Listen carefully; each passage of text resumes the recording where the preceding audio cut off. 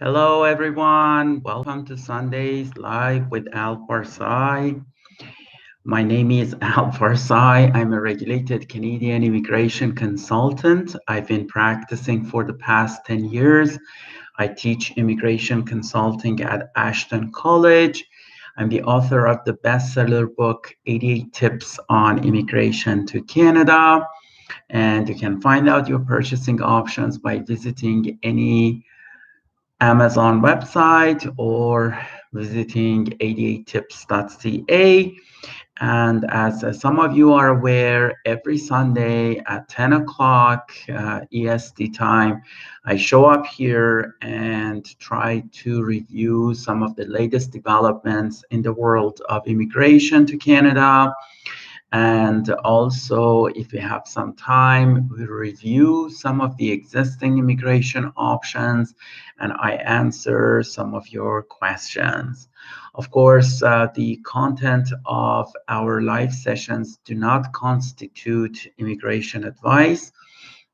For a real immigration advice, I need to know the details of your case, review it, and based on the documents that you have and explanations that you offer, I will go through the process of answering your questions. But here we can actually briefly review your cases and assist you as much as possible. By the way, if you post a question and I do not answer it right away, stay tuned. I will definitely do my best to answer every single question that I receive. As it is customary in the beginning, while people are joining us, I will review some of the recent developments in the world of immigration, and then we'll answer your questions. And if you have some time in the meantime, I will review some of the existing visa or immigration options to Canada. And so, hi, Naomi, I will definitely answer your question, okay? Please stay tuned, and I will do that. So in terms of recent developments, the big news of the week was that the government of Canada decided to invite another 5,000 people to apply under the Express Entry system. If you're not familiar with the Express Entry system, it's an online system to apply for immigration to Canada.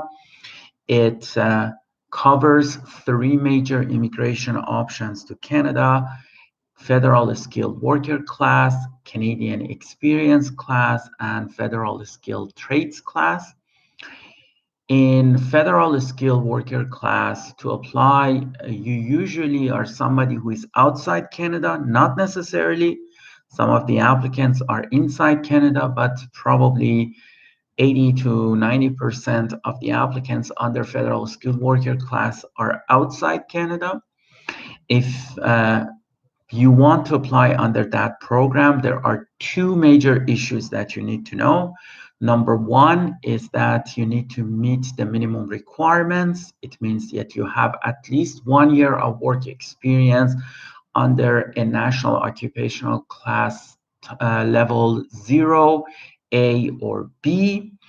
Also, you need to evaluate your education credentials outside Canada through a program called ECA, Educational Credential Assessment. There are some existing authorities that are approved by IRCC, and they will do that for you.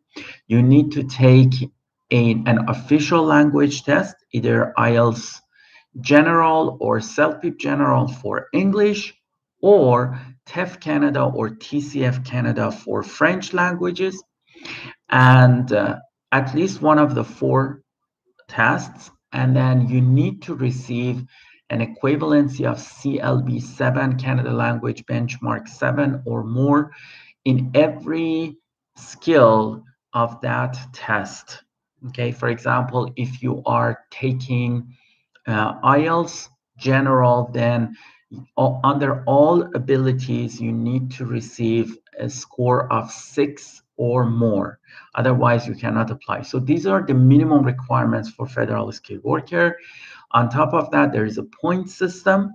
It's based on your age, your education, your work experience, your adaptability issues, having a job offer or not having a job offer, and etc., that they will calculate your points. It's a 100 points system and you need to receive at least 67 points. So you can enter the pool of express entry under federal skilled worker class if you meet those minimum requirements, the minimum requirements, and at least 67 points out of 100 points. At Parsai Immigration Services, we have a proprietary calculator that automatically calculates your points under this program. I don't think there is any other organization in the world that offer something as comprehensive as our website. So this is the link. I just posted that on chat box. And later when we post the recorded version of this video, you can go on that link and calculate your points. It is absolutely free. We won't collect your information in any shape and form unless at the end of filling out the form, if you meet the minimum requirements, you decide to contact us. That's your choice. But if you don't decide to contact us, you can calculate your points for free without being traced by our system. So that's federal skilled worker class. Another class is Canadian experience class under express entry. This means in the past 3 years, you have been working in Canada under a qualifying job. A qualifying job is something, it is not 0A or B, it's full-time, it is paid, it's inside Canada, it's not self-employed, it's not done when you were studying in Canada.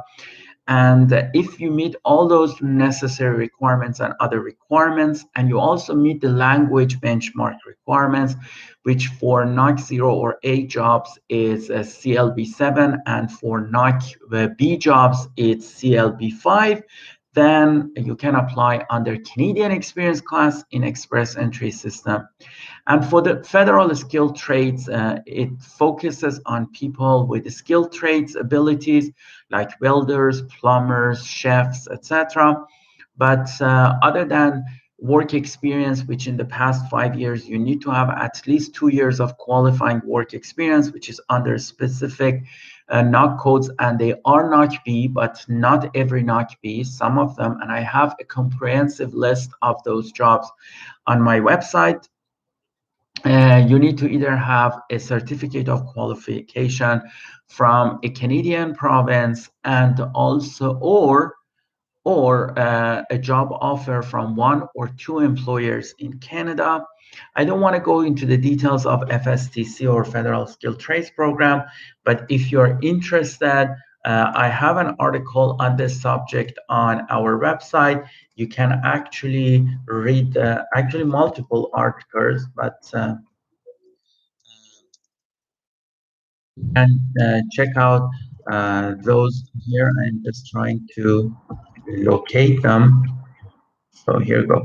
So if you want to know about the list of jobs, here's the link. And I will try to post this later. So if you meet the minimum requirements, either for federal skilled worker class or Canadian experience class or federal skilled trades class, or if you meet the requirements for more than one of them, then you can enter the pool of express entry. The express entry system is a 1,200 point system based on the CRS score system. They will calculate your points and then you compete based on your points with the rest of the population. Whoever receives more points, every now and again, the government invites a few thousands of those people and they can now apply for permanent residence. In the past, in most cases, they used to invite at each round everybody, with the exception of usually 2 rounds of invitations specific to FSTC or skilled trades applicants, because usually their CR score is lower. However, the situation has changed in 2020 because of coronavirus. Since March 2020, most of the invitations are limited to Canadian experience class. The reason for that is that 90% of Canadian experience class applicants, they are already inside Canada. So if they get approved, they won't have any issues in terms of traveling to Canada. And we had a huge invitation back in February. They invited more than 27,000 people, and the CR score for Canadian experience class dropped to 75. And that encouraged many people to submit their applications as quickly as possible. The government recently ran another random invitation. They invited 5,000 people, but they still only invited Canadian experience class. They didn't invite federal skilled worker class or federal skilled trades class. And despite inviting 5,000 people, the lower score for Canadian experience class was now 449. So this means that the good old days that they invited pretty much everybody, it looks like it's over. Still 449 is not a bad score comparing to previous year that we have points of like minimum score of 470, 460. So it's still good, but not good enough for some of the applicants. Again, if you're posting your questions, stay tuned. I will definitely answer your questions. So that's the update about federal skilled worker, about express entry. By the way, if you're in the pool of express entry and you grab the attention of a province and the province invites you to their province, in that situation, you could receive up to 600 points because of that invitation. And suddenly you are bumped up in the process and they will invite you to apply. So the government has recently run a couple of invitations for PNP Express entry separate from Canadian Experience class. And in one of them, the lowest score dropped to 720 something. It means that people without the invitation from the province who had only 100 something points, they were even invited to apply. Keep in mind that provincial nominee programs, they are also mostly focused on people who are already in that province with a work permit or a study permit, or they have invitations from the province because they have a job offer in the province. This is most of the time what happens with PNP Express entry. The government of Alberta recently created a new option for foreign graduates who would like to invest in their province to apply under a special entrepreneurship program. I have already an article and video about this program. The program is called Alberta Foreign Graduate Startup Visa Stream. If you have been recently graduated from a foreign educational facility, you hold at least bachelor's degree, and your graduation was less than 2 years ago, and you also have good knowledge of English or French languages, and also can invest several thousands of dollars in the province of Alberta. It depends on the region that you want to invest. Then you can apply under this program. Honestly, the number of people who could qualify for this program would be very limited. But I just posted the link here. If you're interested, you can click and read about it in more details. Okay, so before I continue reviewing what's going on in the world of immigration, let me answer the questions here. So the first question is from Naomi. So I'm just trying to locate the service. So if you are dealing with, so the question by Naomi is that, what if there is an incident of marriage of convenience? Can we report that or not? First, let me explain this to the rest of you. So when you are applying under spousal sponsorship applications, the government wants to make sure the applicant's main interest is not immigration to Canada. Obviously, if somebody gets married to a Canadian citizen or permanent resident of Canada, they also consider becoming a permanent resident of Canada, moving to Canada, eventually becoming a Canadian citizen. So nobody denies the fact that every applicant or most of the spousal sponsorship applicants, they are excited about moving to Canada while they are married to a Canadian citizen.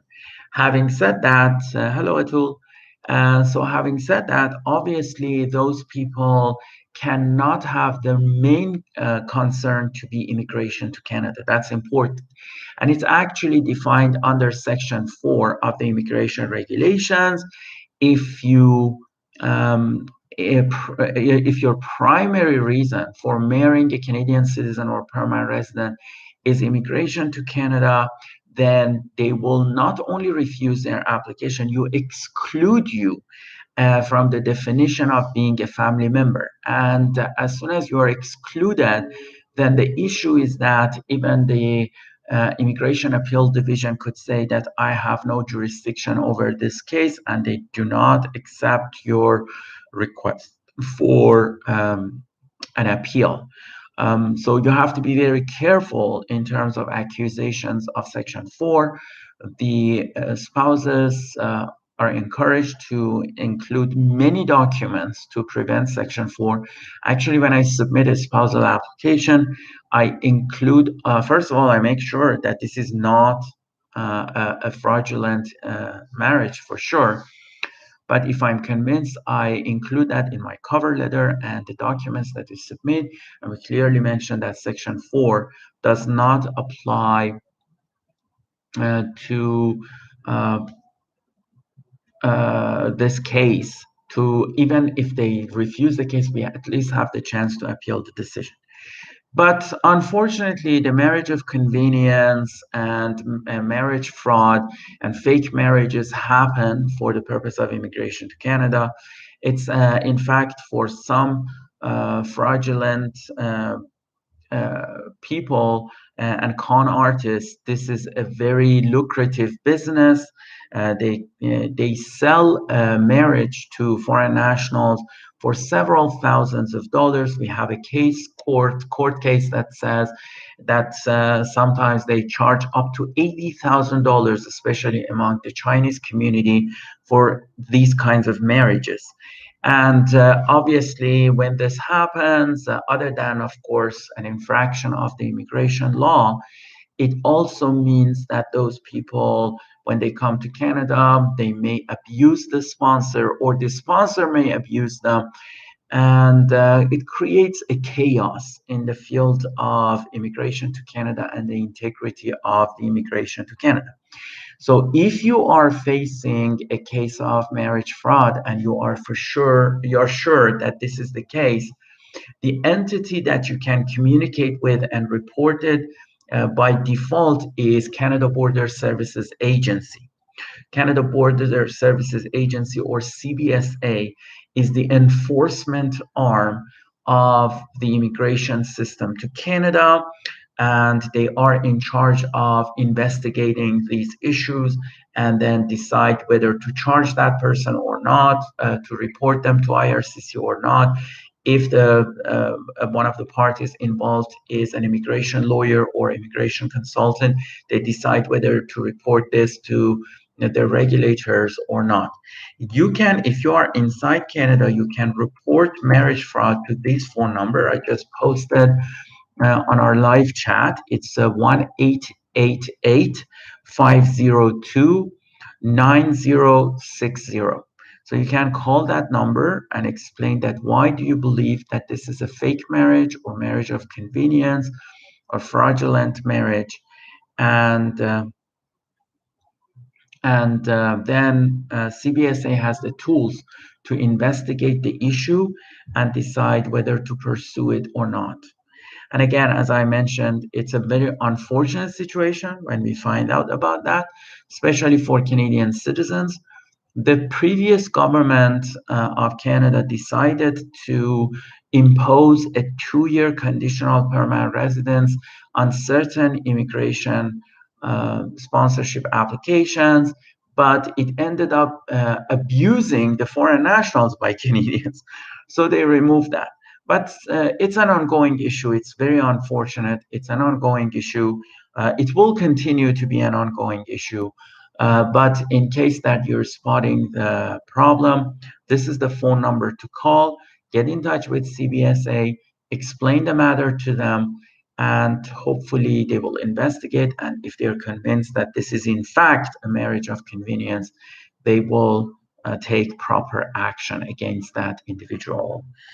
So Naomi continues, he kidnapped our Canadian daughter and made allegations to legally keep my away so he can keep his permanent resident.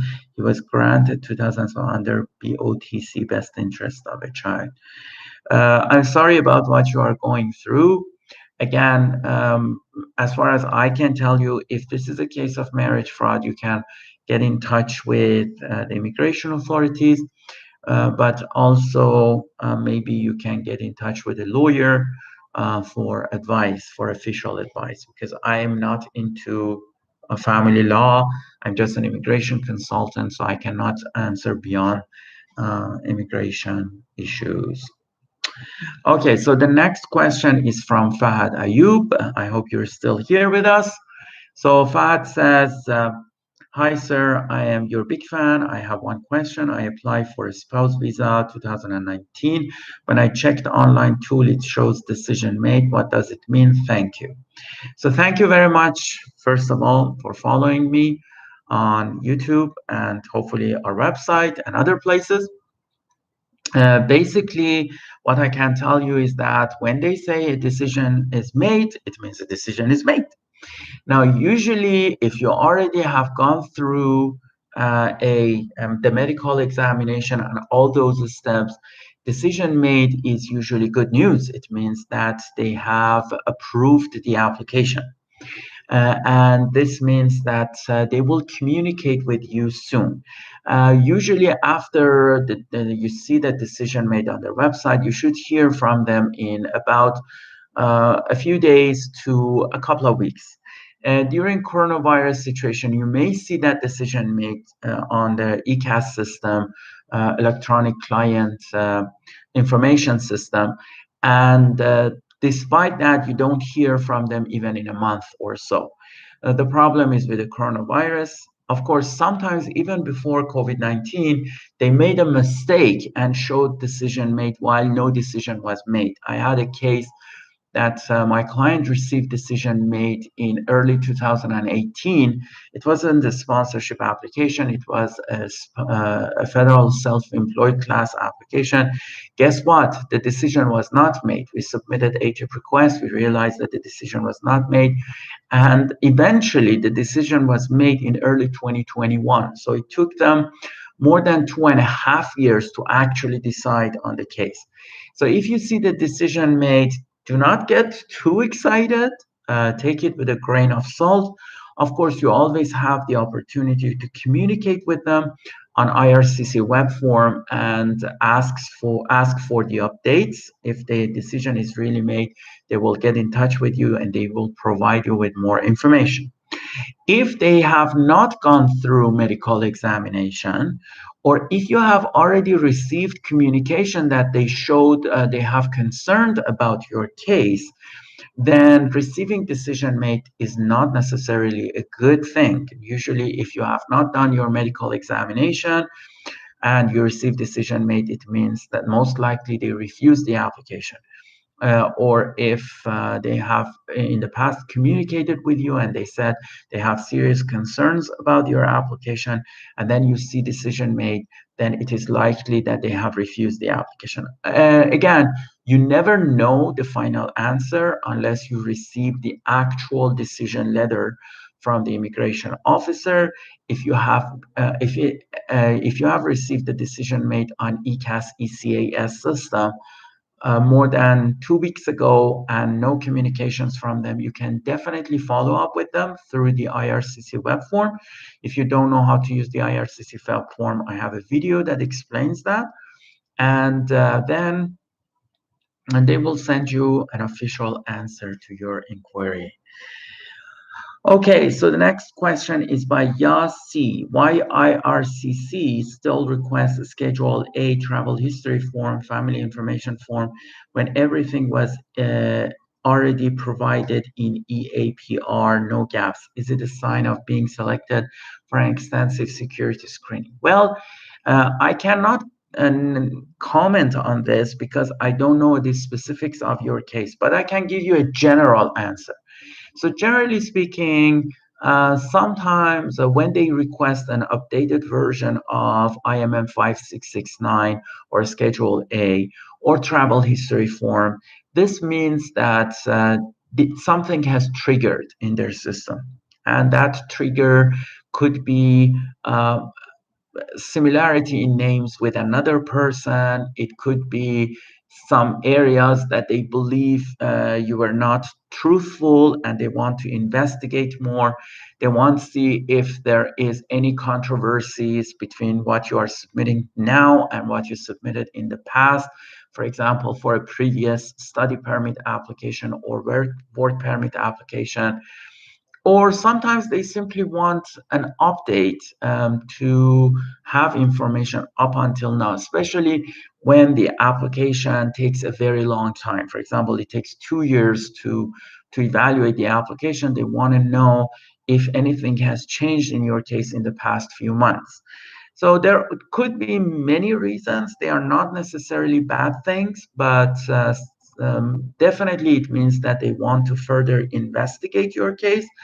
I've had cases that I had a case actually that my client was requested to submit 5669 or, as you mentioned, Schedule A twice to update them, and every time it was complete. By the way, the first time it was complete. When they requested the updates, we submitted the updates, it was complete. Then again, after 6 months or so, they asked for another copy, and again we submitted that complete.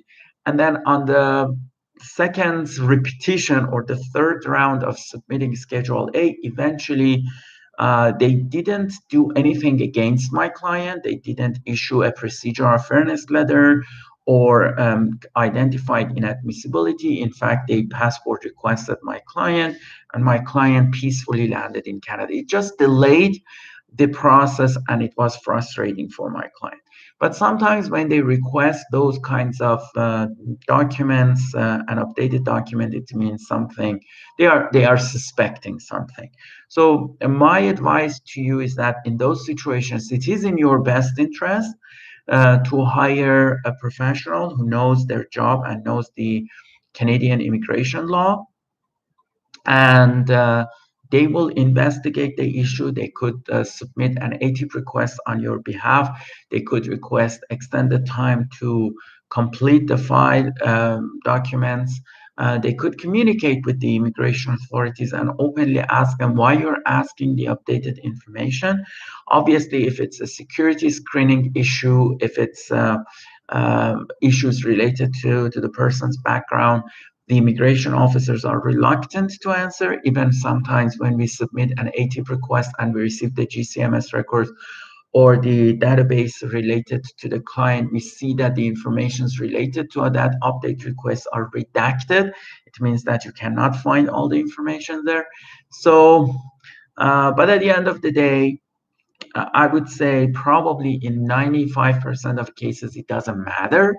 They just ask this information, you submit it, and they eventually decide on your case without any issues. But in 5% or so of the cases, this could be a sign of a serious issue. And obviously, you know about your past, and maybe when they ask for updates, it could give you a hint about why they are asking this information.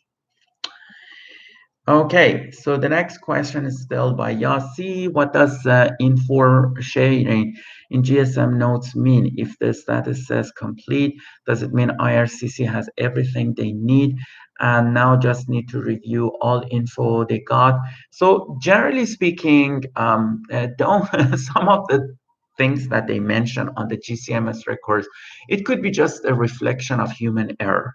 And I've seen this over and over again. I have a case that they applied through another person, but now they are hiring me. That on their GCMS records, it says that the decision is being made. So in one page, on one page of the GCMS records, it says the decision made and the application was refused. In other page, believe it or not, of the same GCMS records, it says the application is open, and she has never received a refusal letter or anything of that nature. So sometimes you need to take the content of a GCMS record with a grain of salt. But having said that, if you look at the GCMS records, there are some different levels. So one of them is the eligibility requirements. The other one is about your background, like criminality, health, or medical, and security issues. So in terms of, so somebody may have passed the requirements of eligibility, but they may not have passed the criminality test yet, or the security test yet, or the medical test yet. And there are separate fields for each of those that you can find them on GCMS record and investigate what's going on. So Naomi says, I will oh, sorry, I missed Atul. So Atul says, can a C11 work permit application be eligible for 2-week processing?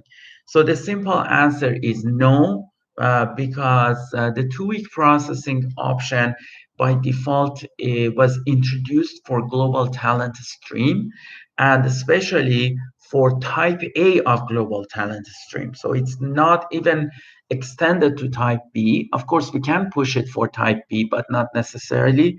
And for those of you who don't know what is global talent stream, if somebody has received a job offer from certain organizations in Canada or certain jobs in Canada with certain salaries. So usually global talent stream targets highly professional IT personnel. So most of the people who apply under the global talent stream, they apply, they are people that are in the field of IT, like web developers, programmers, architect in terms of software architects, and so on. And in those situations, we have an option to request, or by default, depending on the case, the authorities to process the application in 2 weeks. Having said that, even those people, they do not necessarily being processed in 2 weeks. Sometimes you submit the application, it takes a lot longer. It's the government tries to process about 80% of those applications in 2 weeks. We also have some certain situations under LMI applications that we could request a quick review of the LMI application by the Department of Employment and Social Development Canada, or ESDC.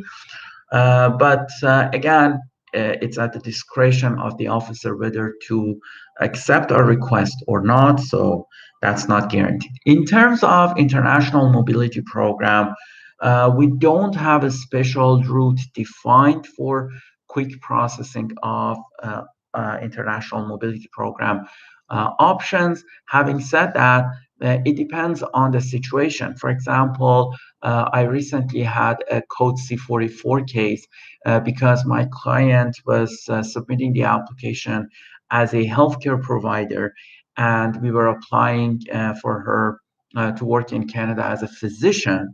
They actually processed the application very quickly.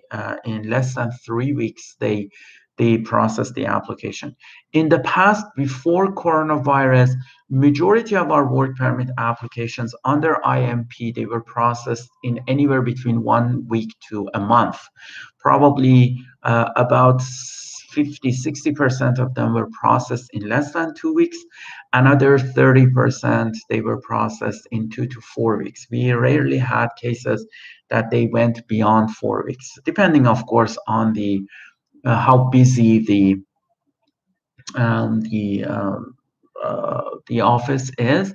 Right now, if you go for different offices, they post different processing times. For example, the Indian offices, they report that they process work permit applications in 6 weeks. Um, I have cases that they went beyond 6 weeks, so it's not necessarily like that. So you have to be very careful in terms of those reports that they say we apply for this and apply for that. I have, for example, they make such a huge buzz about Hong Kong residents, and we need you and come here. Guess what? I have an application for a Hong Kong resident that we submitted the application about 7 weeks ago and or 6 weeks ago, and we have pushed it and pushed it. We just didn't submit it for a Hong Kong resident. This person is investing hundreds of thousands of dollars in Canada, and despite all the buzz and despite all the follow-ups we have made in the past 6 weeks, nothing yet. So sometimes they surprise you. I submitted an application for a work permit recently under IMP, and it was processed in like less than 2 weeks. Believe me, and it wasn't even like that doctor, a healthcare case or anything like that. So sometimes they surprise you and they quickly process the application. Sometimes they don't follow. Um, we'll do our best and we hope for the best. Let's put it that way. And even if they process your application quickly and they approve you, you will come to Canada and face all the limitations that we are facing right now.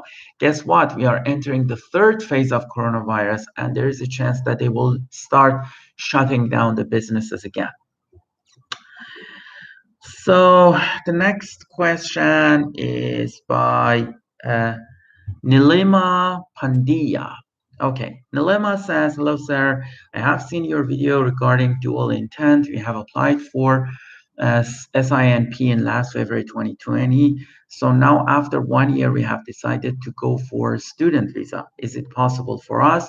Also, if we go to Ontario for a study and then move to Saskatchewan after getting PR, is it possible? And there's another question, but can we continue to SINP when we go to Ontario, or should we withdraw? Okay, so first of all, Nilima, I cannot offer immigration advice on a public forum like this because I don't know the specifics of your case. And frankly, I make money by offering immigration advice. So if you want official advice on your case, please get in touch with me privately and we will arrange for that. Having said that, I can offer you some broad answers to your questions for sure.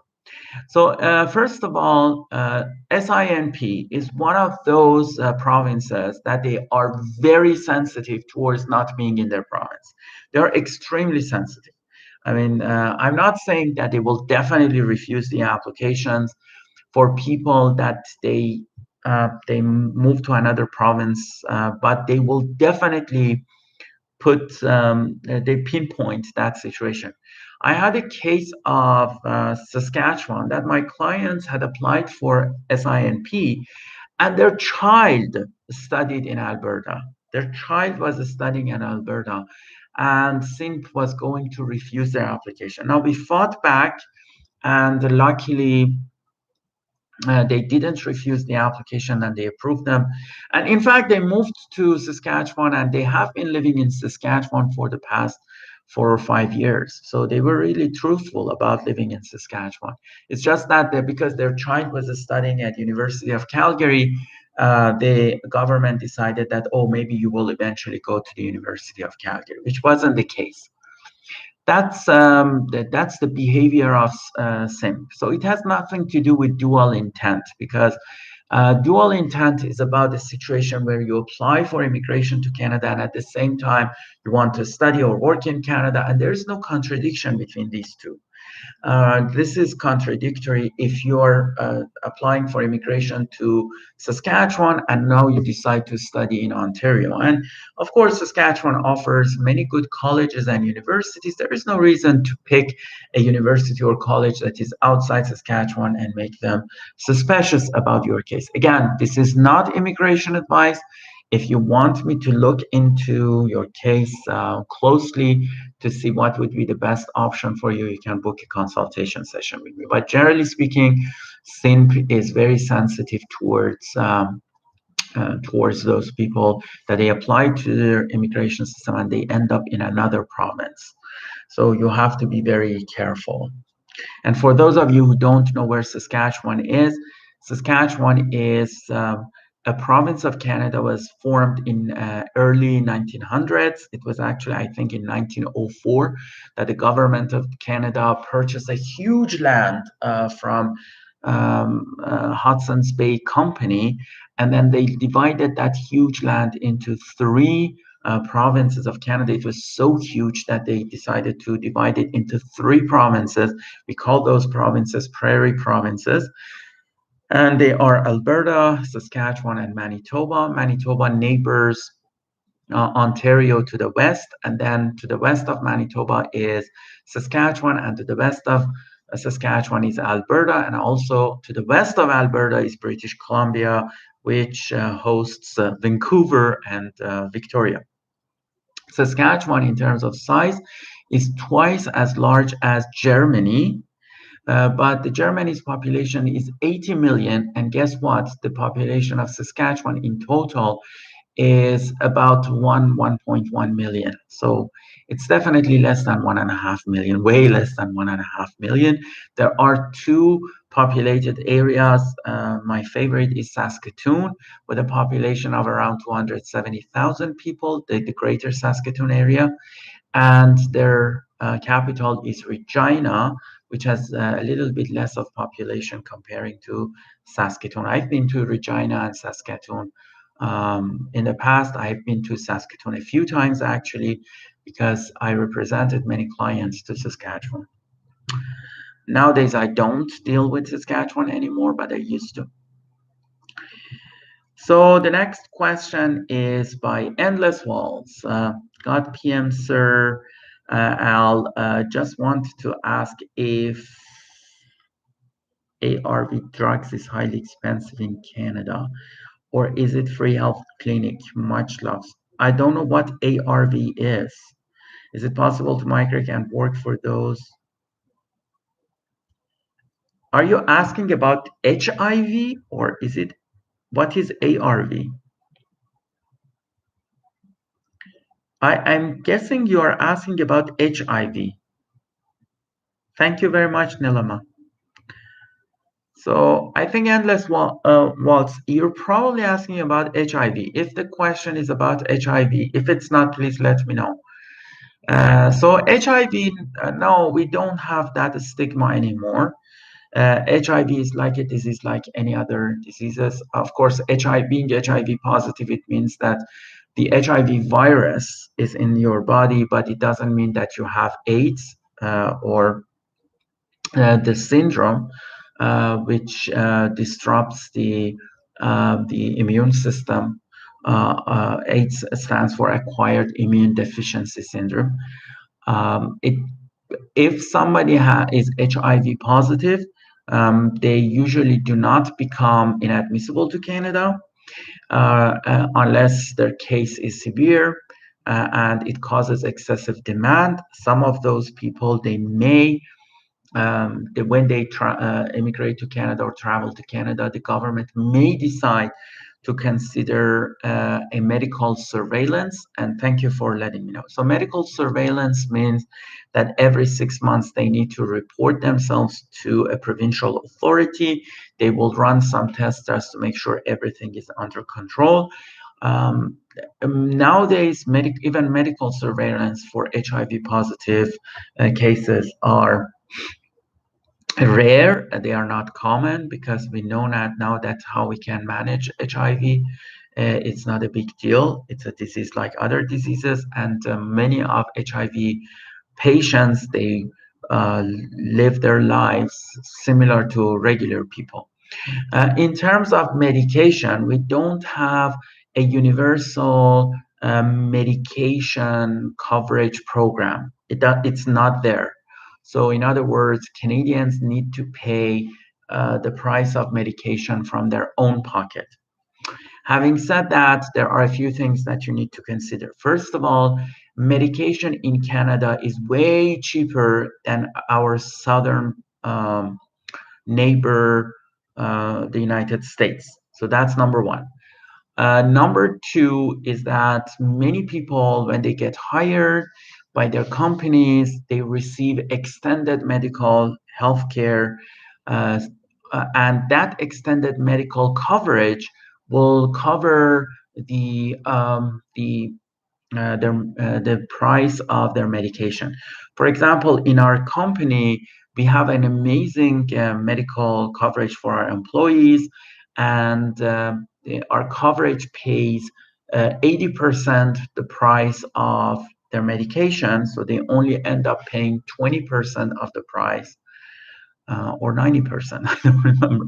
But it's a very good coverage that we have. It's not just that, we also, in our company, we cover their dental expenses, because it's not covered by universal healthcare, and also extended healthcare benefits. So if they travel, for example, to the US or to Europe, and something happens, our medical coverage will cover them. So many private companies, not many, about 35% of private companies, they offer extended healthcare to their employees, which covers their medication price as well. And our company is one of those companies. We are among the 35% best. And the other one is that many provinces of Canada, they also offer some sort of support in terms of medication. For example, in Ontario, we have Trillium coverage.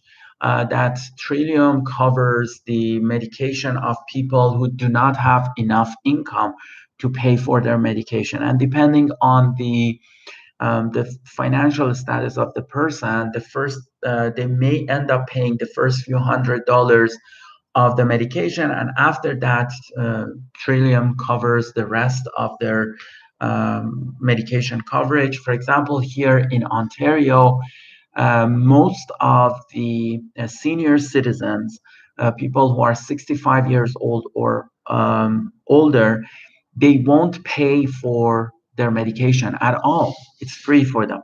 Some of them, they may need to pay the first $100 of medication, and every time they purchase new medications, they only need to pay a copay of $6. Some others that they have below a specific threshold, they only pay $2 copay per purchase of medication. But because there is competition between different pharmacies, most of the pharmacies even drop that $2, so they end up not paying. So in other words, there are some mechanisms in Canada to assist people with their medication. We also have some private, not-for-profit or charity organizations that if somebody is not covered by universal medical healthcare, they don't have coverage by their company, they do not qualify under provincial initiatives, then they may end up using those services. Okay, so that was the quick answer to your question. Okay, so the next question is by Mr. Will. Is it possible to keep a study permit and also apply for an open work permit without losing my study permit? So the simple answer, Mr. Will, is yes, it is possible in theory. Of course, the question is that how come you qualify for an open work permit? Because usually people do not qualify for an open work permit unless under certain circumstances. Most of the circumstances for open work permits, they fall under sections 206 to 208 of the immigration regulations, with some exceptions that fall under 204 and 205. The ones under 204 and 205, they are based on our international agreements or based on public policy. But the ones that are normally the common ones are based on humanitarian reasons. For example, a refugee claimant in Canada, a vulnerable worker, a destitute student, a person with TRP who has a TRP valid for more than 6 months, or people who already applied for qualifying permanent resident applications and now they are looking for a bridging open work permit. So normally a student doesn't qualify for any of those. The only exception is destitute student, which is a student who has lost their financial support because of a significant issue that happened back home. For example, like an earthquake, or their family got involved in an accident and they lost their lives, those kind of things. If those things apply to a person, then they may apply for an open work permit as a destitute student. Otherwise, uh, there are many limitations in terms of open work permit. I have an article about open work permit that I clearly explain who qualifies for an open work permit. You can read that article. But in theory, yes, if a student qualifies for work permit, whether it is open or closed, while they're studying in Canada, they may apply for a work permit. And if they approve their work permit, they may work while they are studying in Canada. Of course, logically speaking, you have to be very careful in taking those steps, because the question is that how can you study full-time and work full-time at the same time? But legally speaking, it is doable. Okay, so the next question is by Yasi. In current PR application, we openly point out ourselves to mistake in our previously approved Canada tourist visa application. Can IRCC redraft because reject the PR application on the basis of mistake in the past application they didn't catch? So this is a very complicated situation. Yes, they may. We have the simple answer is yes, they may. But what will really happen, it depends on the case. We have even had cases where IRCC made a mistake. And despite they made a mistake, eventually they penalized the applicant instead of saying, oh, we made a mistake, so we stick with that. So think about that and compare it to a situation that you make a mistake and then what happens. But this is a very broad answer to your question because it depends on the specifics of that mistake. It depends how convincing you were the second time that you explained the mistake and what kind of documents you submitted, and also whether you included some alternatives to those mistakes. And these are the strategies that we take when we encounter issues. First of all, being open, honest, disclosing information, providing enough documentation, attesting to the to credibility of the applicant and the sources. And even in most cases, we also offer alternatives. So the officer, if you're not convinced, I suggest this and this alternative under Section 24, under Section 25 sub 1. And for that alternative, these are the documents that I'm submitting to you. And because of that, please either approve the application or go with one of the alternatives. This is a very generic strategy. One of the things that people, I think one of the mistakes that people make is that they take immigration to Canada lightly. I understand that if you go on IRCC website, they say, oh, everything is shiny, there's nothing. This is a simple process. We will assist you. You don't need to hire a representative. So I understand those propaganda by the immigration authorities, but guess what? Because they want you not to have support, not to have people that they can assist you. On the other hand, unfortunately, we have a group of scrupulous people that they try to take advantage of you. So they could be unauthorized practitioner, they could be immigration lawyers, they could be authorized immigration consultants that unfortunately they take advantage of people. So in an environment that on the one hand the government says, oh yeah, come here, don't hire anybody, and on the other hand you encounter not all practitioners, but some practitioners that they don't know their job or they want to take advantage of people. And in that situation, people end up applying themselves without support. But everything about immigration to Canada is based on the Immigration Refugee Protection Act. It's based on thousands of cases that have been decided on this case.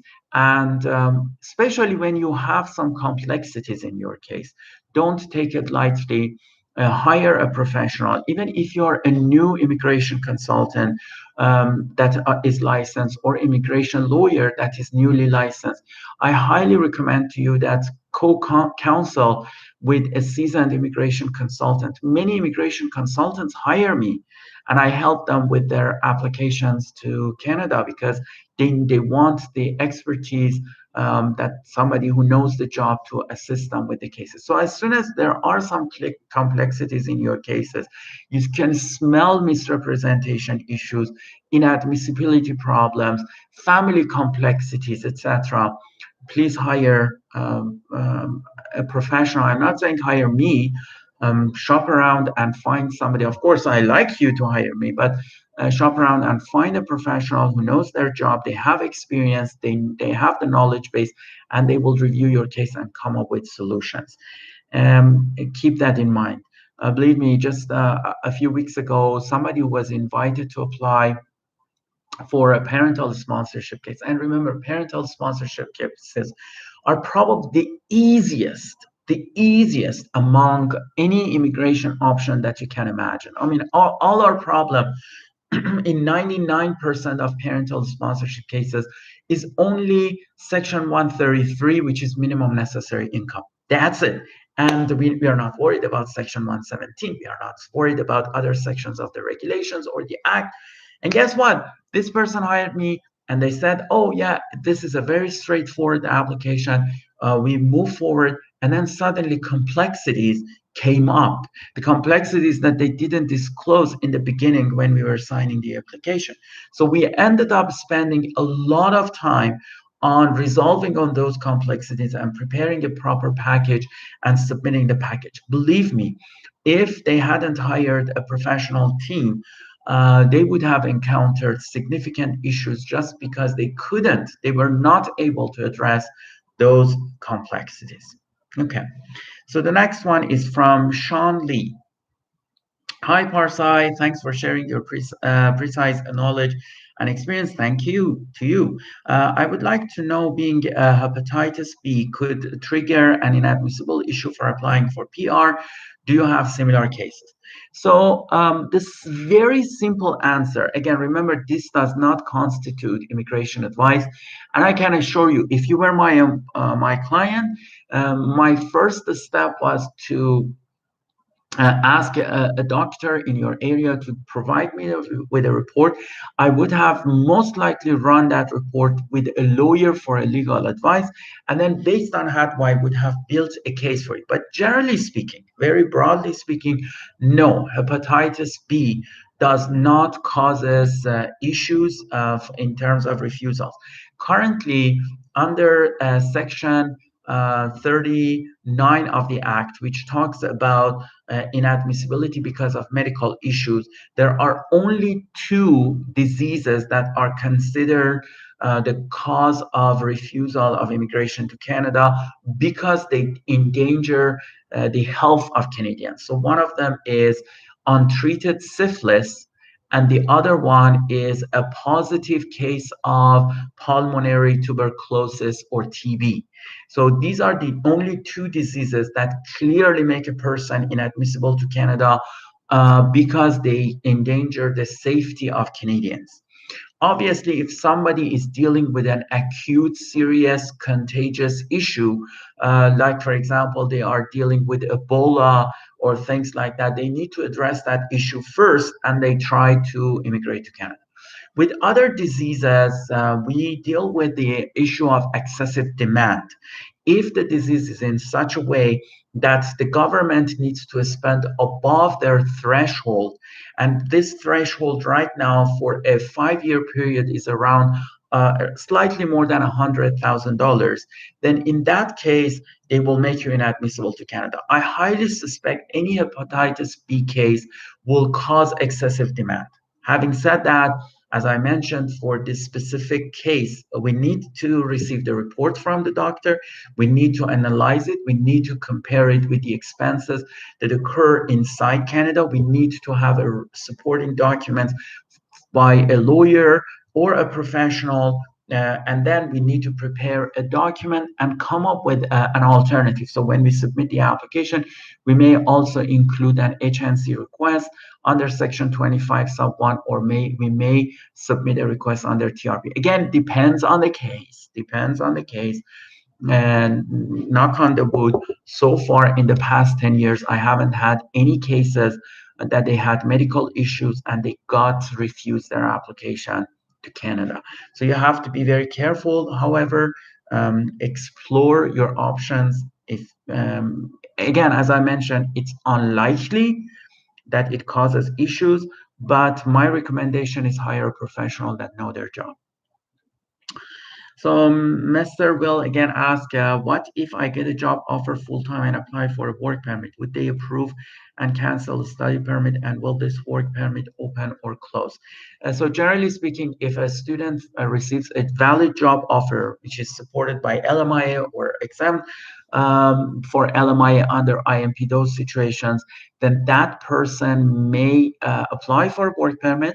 Receiving a work permit doesn't cancel the study permit. However, the student needs to continue meeting the requirements of their study permit. That means attending the school at least 15 hours a week, doing their homeworks, not quitting their studies, those kind of things. But generally speaking, no.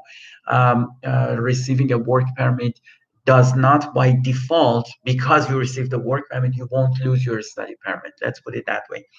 Having said that, if you work while you're studying, unfortunately, that work does not count towards Canadian experience class. So you have to be very careful.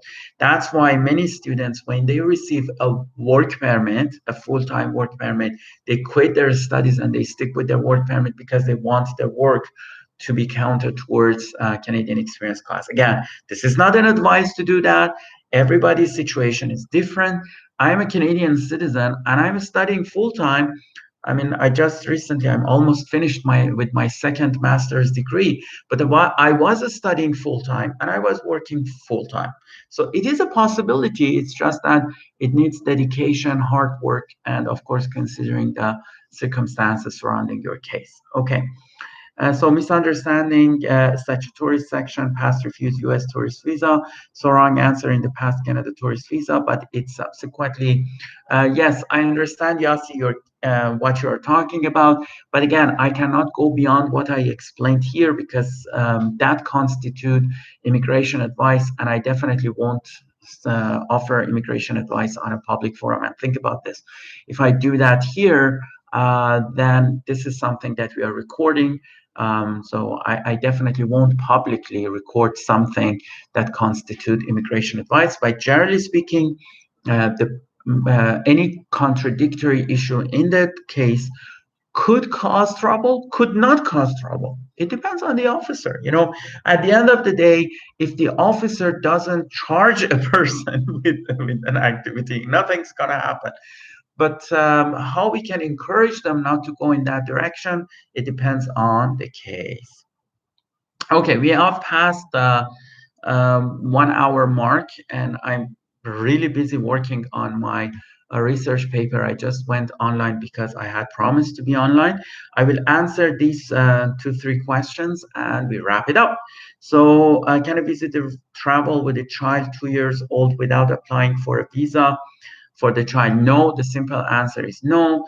Can I work as a volunteer as I wait for the work permit with my study permit? Generally speaking, students are allowed to work, college students and university students are allowed to work up to 20 hours per week off campus. So it doesn't matter whether it's paid work or volunteer work, that both of them are okay. Then the last question is by Colin Kemp. Hello, thank you for your helpful videos. Do you have any idea when the next opportunity will for the expression of interest to sponsor parents? Unfortunately, we don't have the answer yet. Last year, they opened this in October. So they probably will not open this very soon. But I have right now, I think, close to 20 people that they have signed up with us to submit their applications when it becomes available. If you want to get in touch with us, we can evaluate your case to see if you qualify. We sign a retainer agreement. We charge you minimally to collect your information, prepare your case. And as soon as they open accepting applications, we will submit your application on your behalf. If they invite you to apply, then of course, you continue paying us and we continue representing you. If they don't, we won't charge you again. We just keep your application on hold. And the next time that they open the rounds, we will enter you again. So if you're interested, you can get in touch with us. I cannot predict when they are going to do that. As I mentioned last year, it was in the middle of October. So I'm guessing that they will do it this time a little bit earlier. But how early, I don't know. It could be any time from now until October. And this time they are going to accept 30,000 applications, unlike last year that it was only 10,000. So this is great news. Okay, thank you very much for attending this live session. Again, my name is Al Parsai. I'm a regulated Canadian immigration consultant. I received my license in January 2011, so I have 10 years of work experience under my belt. I'm teaching immigration consulting at Ashton College. I also offer training programs to other immigration consultants and immigration lawyers through Ashton College and through the Global School of Corporate Excellence. Ashton College is in Vancouver. Global School is in Toronto. I also I am the author of 88 Tips on Immigration to Canada. You can find out about purchasing options by visiting 88tips.ca. Please follow our channel, subscribe to our channel, encourage your friends to subscribe to our channel. The more subscribers we have, the more content I create. Remember that we will publish videos every Monday, Wednesday, and Friday, and also live sessions on Sundays. The live sessions are always at 10 a.m. Eastern time or EST, unless something unwanted happens. Thank you again for attending this session and see you next Sunday. And meanwhile, check out the videos that we publish during the week. Bye now.